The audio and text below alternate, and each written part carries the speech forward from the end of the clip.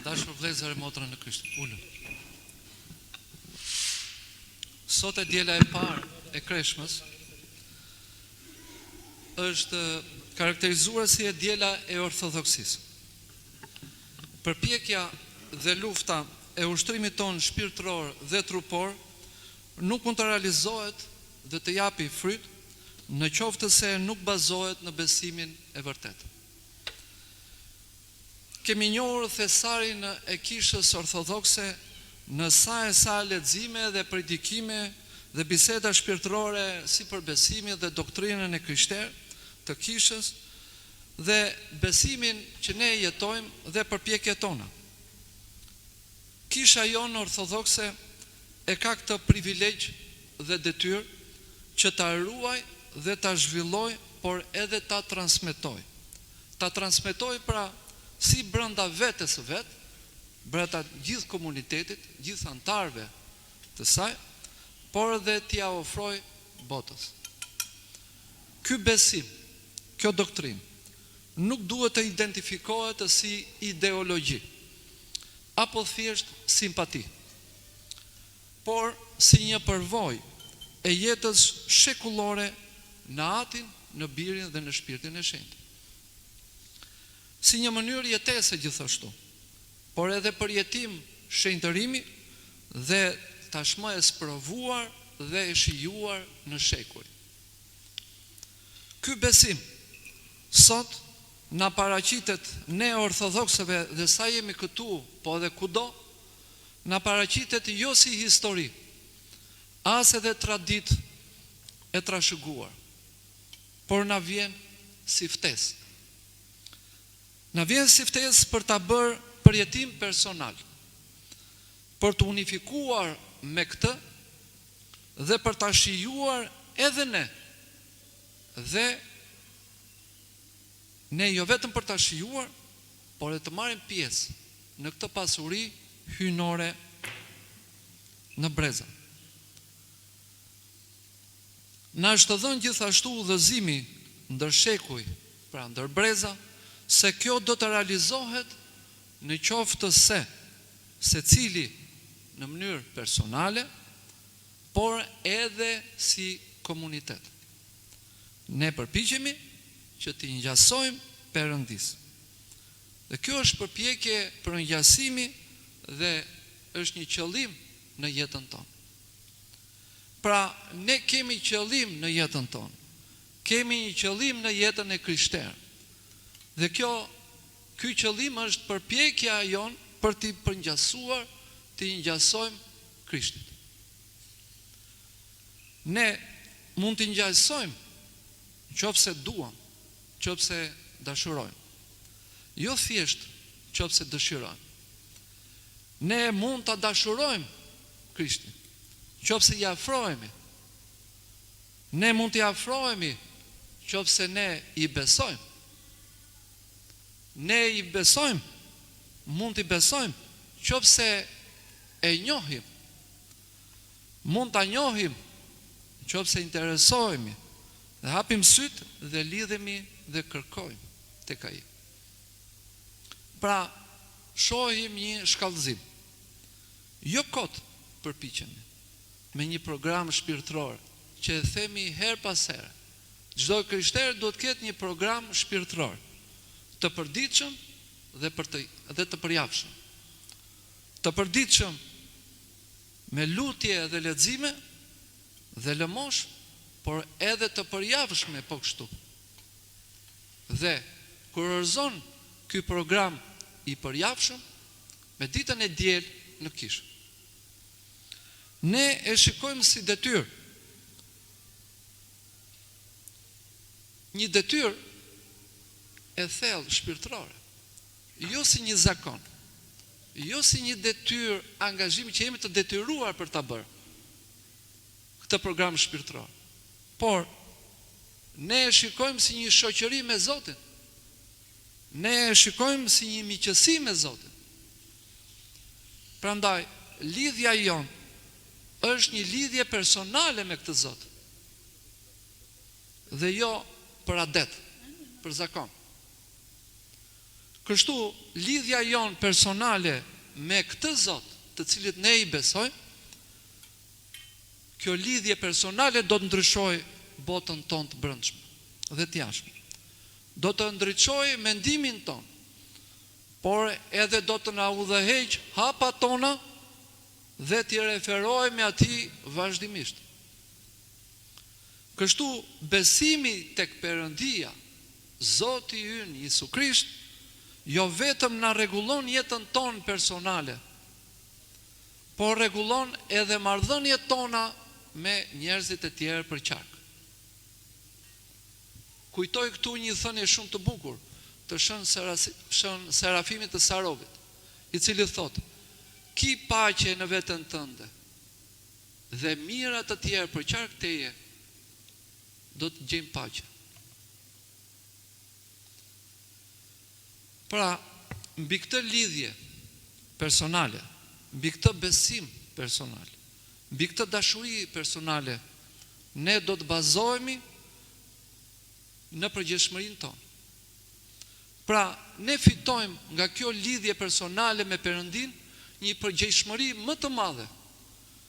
Do të shikojmë që do të kemi një frym sakrifice, do të kemi një humanizëm, do të kemi dashuri dhe respekt. Të gjitha janë në një shoqëri me këtë Perëndi.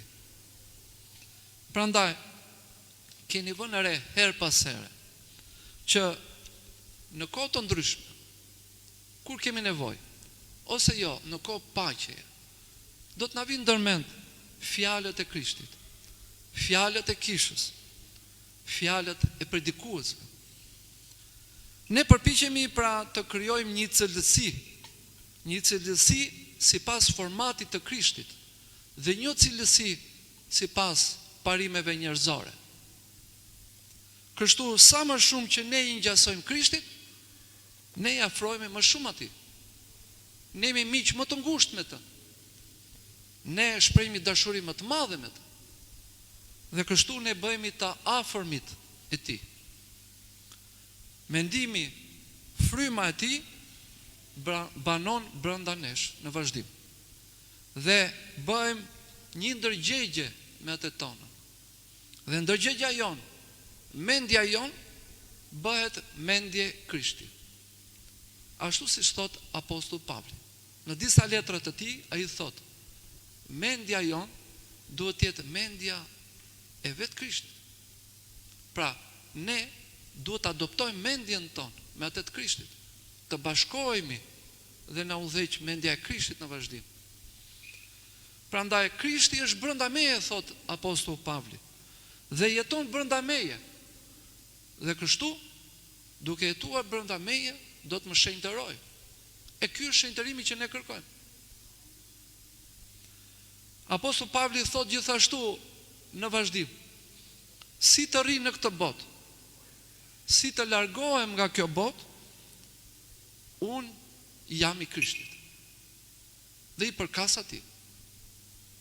Kuptoni thellësinë edhe kur kemi vështirësi të mëdha, kur kemi vdekje, kur kemi dhimbje të mëdha. Kur kemi Krishtin, është Krishti që na jep ngushëllim. Pra të kujtojmë fjalën e Apostull Pavli që thot: si të rri në këtë botë, pra të vazhdoj të jetoj, si të largohem nga kjo botë, pra që të iki nga kjo botë, pra të vdes, unë jam i Krishtit. Dhe Krishti është brenda me, dhe unë i përkas atij. Kisha ortodokse është mjaft e pasur me përjetime në shekuj. Kisha ne na udhëzon, por na jep edhe shembuj.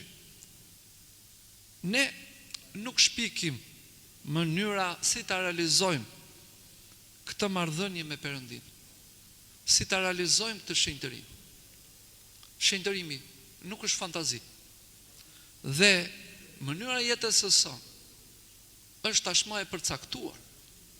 Është e përcaktuar sepse kanë ecur të tjerë krishterë përpara nesh. Dhe jemi në vazhdim. Prandaj themi Perëndi jetërve tanë, apo vazhdojmë brez pas brezi. E pikërisht sepse ne tashmë e kemi të shtruar e kemi dashmë të njohur ato që ne duhet të ecim. Dhe nuk po ecim në një udhë kuturu. Nuk po ecim një udhë që ne nuk e dim ku do shkojmë. Por nuk kemi të destinuar. Pra nuk është paracaktuar vendimi ynë. Ne nuk e dim se si po zhvillohet jeta jonë. Perëndia e di se si do përfundoj jeta jonë. Por ne nuk jemi, siç thuhet, kështu ishte fati, kështu është shkruar dhe s'kemi çfarë bëjmë. Jo. Nuk është kjo. Ky nuk është koncepti krishter. E përsëris e kemi thënë edhe një herë tjetër. Nuk është koncepti krishter. Ne jemi duke përcaktuar veten tonë. Duke përcaktuar jetën tonë. Kemi patjetër qëllime, kemi një rrugë të shtruar, na është dhënë kjo rrugë në mënyrë që të ecim në shenjtëri, por jemi ne që duam të ecim në këtë shenjtëri ose jo. Ta pranojmë Perëndin në jetën tonë ose jo. Duam që Krishti të banojë në jetën tonë ose jo. Jemi ne. Prandaj nuk duhet të mendojmë asnjëherë që është një fantazi. Dhe duhet kemi kujdes edhe nga fantazit dhe filozofira të ndryshme rreth jetës shpirtërore. Ne nuk jemi të parët as të vetmit në rrugën e shenjtërimit. Shenjtërimi tashmë është fakt. Është fakt në shekuj. Ne kemi miliona shenjtor që brez pas brezi kisha prodhon shenjtorë të ndryshëm. Të krishterët përpiqen, jetojnë me Krishtin. Prandaj, dhe këta shenjtorë ne vendosim kudo. I marrim dhe emrat e tyre, por i vendosim edhe në përkisha, edhe në shtëpi. Dhe pikërisht se këta shenjtorë na tregon që shenjtërimi nuk është iluzion. Nuk është një hamendësi, por është tashmë mënyrë jetese që kanë ecur tjerët. E kanë arritur, ja kanë dalë mbar. Atëherë edhe ne vazhdojmë. A do të vazhdojmë? E kjo është sfida jonë. Pra, ata u përpoqen t'i përngjasojnë Krishtin. Edhe ne jemi të ftuar për këtë. Kështu ikonat bëhen për ne një kujtesë e këtij përngjasimi në Krishtin. Ikonat bëhen shëmbëllesa dhe nxitja për shenjtërim. Imazhet na tregojnë një realitet tjetër hyjnor dhe toksor. Ishin si ne, jetuan si ne, në klasa të ndryshme, në nivele të ndryshme, u përpoqën dhe u shenjtëruan. Perëndia i shenjtëroi dhe ne dhe të gjithë brezat i dëshmon ata si njerëz të shenjtë, të veçuar që gjetën hirin e Perëndisë. Dhe prandaj ne në vazhdim edhe i pikturojmë dhe vendosim që t'i kujtojmë ata, t'i referojmë atyre. Dhe së fundi kujtojmë që ne si të krishterë, me fotografitë e tyre, fillojmë dhe krijojmë një ndërgjegje brenda vetes tonë. Një ndërgjegje që na nxit më tepër, duke na pyetur ose dhe duke diskutuar me ne. Apo ecim dhe ne. Dhe duke mbyllur imazhet, ne na nxitin që ta realizojmë këtë përngjasim me Krishtin. Kështu përngjasimi ynë me Krishtin, pra shenjtërimi ynë, është një objektiv i jetës sonë. Objektiv i realizueshëm, objektiv i të gjithë objektive të tjera që kemi. Pra bëhet edhe qëllim në jetën tonë. Dhe prandaj merr dhe kuptim çdo përpjekje, çdo luftë, çdo ardhje në çdo ditë të diele. Dhe ju them edhe një gjë tjetër. Her pas here, shikoj persona ndezin qiri, ditën e diel edhe largohen. Nuk është ky kuptimi i ditës së diel. Nuk është ky kuptimi i të krishterit për ditën e diel. I krishterit duhet vinë në mëngjes, duhet të lutet bashkë, gjithë gradualisht kur vinë, dhe lutemi së bashku dhe pastaj largohemi së bashku. Pra, është një zakon jo i mirë që vi në mëngjes, e shikojnë si adet, e shikojnë si zakon, e shikojnë në veten e tyre si qelizë e vetmuar nga trupi. Thjesht ndezin qiririn e tyre në mënyrë shumë individuale, e shikojnë pjesëmarrjen e tyre në kishë. Thjesht ndezin qiriun për hallin që kanë, apo për një falënderim personal, apo dhe kolektiv, por të veçuar nga kolektivi, të veçuar nga komuniteti, dhe largohen pastaj. Ndërkohë njerëzit vazhdojnë, vijnë besimtarët, ne duhet kungohemi, duhet falenderojmë, duhet të dëgjojmë shkrimin e shenjtë, do të dëgjojmë dhe udhëzimin që na jep shkrimi i shenjtë, të cilët këta persona i humbën. Dhe ndërkohë gënjejnë veten e tyre se po janë në rregull, ose vinë kur ka mbaruar liturgjia hyjnore. Mendojnë se kjo është jeta e krishterë. Një krishter i vërtet duhet vi ditën e diel, ndezë një qeri dhe tik. Pra, ndonse po e përsëris, duhet të theksoj që nuk është e saktë.